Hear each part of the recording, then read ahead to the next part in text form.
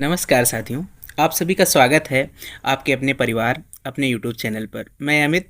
दोस्तों, मैं आज आपसे बात करूंगा कि आप किस तरह से सेल्फ स्टडी के माध्यम से टीआरई 4 एग्ज़ाम में अच्छा स्कोर कर सकते हैं। मेरे कुछ दोस्त ऐसे हैं जो समझ नहीं पा रहे हैं कि सर टीआरई 4 एग्ज़ाम तैयारी तो मुझे करना है, लेकिन सर शुरुआत कहाँ से करें, किस बुक को पढ़ें, सर एनसीईआरटी पढ़ें कि सर कैसे कहाँ से मॉक टेस्ट लगाएं।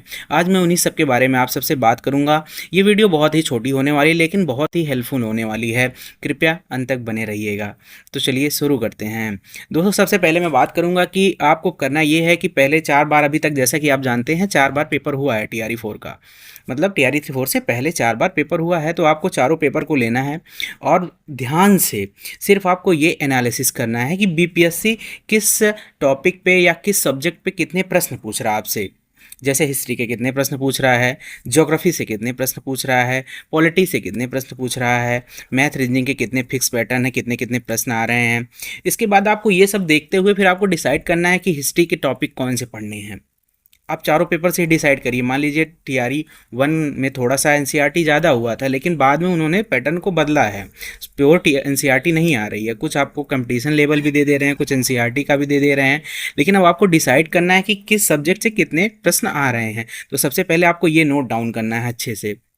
फिर उसके बाद आपको देखना है कि मॉडर्न हिस्ट्री अगर मुझे पढ़नी है तो मॉडर्न हिस्ट्री मुझे क्या क्या पढ़ना है। जैसे प्री कांग्रेस के पहले जितने भी पार्टियां थी उनको पढ़ना है, फिर कांग्रेस पढ़ना है। तो आपको डिसाइड करना है क्या पढ़ना है। अब जैसे देखेंगे कि ईस्ट इंडिया कंपनी के बारे में, इन सब चीज़ों के बारे में नहीं पढ़ना है, लेकिन शुरुआत आपकी यहीं से होती है।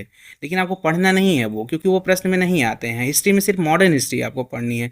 तो इन चीज़ों का आपको पता तभी लग पाएगा जब आप पेपर एनालिसिस करेंगे अच्छे से। फिर आप मैथ के टॉपिक देखेंगे क्या क्या पूछे जा रहे हैं, उनके एनालिसिस करेंगे। फिर उसे टॉपिक को आप नोट करना है और फिर टॉपिक वाइज तैयारी करनी है। और टॉपिक पे तैयारी से एक टॉपिक आपका ख़त्म हुआ तो आपको उस पर एमसीक्यूज़ लगाने हैं। और एमसीक्यूज़ इतने लगाने हैं कि आपको लगे कि हाँ, अब इस टॉपिक से अगर प्रश्न आएगा तो मुझसे नहीं छूटेगा। अगर आप इस तरह से अपनी तैयारी को जारी रखते हैं तो निश्चित मानिए आप मेरी तरह अच्छा स्कोर कर पाएंगे। और सबसे लास्ट में ये है कि संडे के दिन आपको एक पूरा टेस्ट लगाना है। अब वो टेस्ट आप कहीं से भी लगा सकते हैं, ऑफलाइन भी लगा सकते हैं, ऑनलाइन भी टेस्ट आपको उपलब्ध है, वहाँ से भी आप लगा सकते हैं। ये आपके ऊपर डिपेंड करता है कि आप कैसे करना चाहते हैं। और साथ में साथ टेस्ट अगर देते हैं आप तो टेस्ट में एनालिसिस करिए कि क्या गलतियां हो रही हैं आपसे।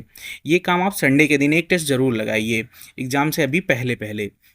और टेस्ट लगाना, मेरे दोस्त कहते हैं सर एक बार सिलेबस कंप्लीट हो जाए फिर हम टेस्ट लगाते हैं, ऐसा नहीं है। आप टेस्ट लगाते रहिए, आपको पता चलता जाएगा कि आप क्या हैं, कहाँ पे आपका स्तर कैसा चल रहा है एग्ज़ाम को लेकर। आप टेस्ट लगाइए और संडे के दिन आप जितना मंडे टू सैटरडे पढ़ते हैं, आप संडे के दिन उसको रिवीजन करिए। और आप एक टाइम टेबल डिसाइड करिए कि सुबह से शाम तक हमको कितना पढ़ना है, क्या पढ़ना है, आज हमको क्या क्या टॉपिक ख़त्म करनी है। और कम से कम 10 घंटे तो पढ़ाई करिए ये अगर सिलेक्शन लेना है और अगर आप यूआर कैटेगरी में आते हैं। और दोस्तों, इस तरह से आप अपनी तैयारी को रखते रहिए और हमसे जुड़ते रहिए। जो भी होगा हम आपके लिए बताएंगे कि हमने किस तरह से तैयारी की, हम कैसे अच्छा नंबर ले आ पाए। सब स्ट्रेटजी मेरी यही थी जो मैं आपके आगे आज शेयर कर रहा हूँ।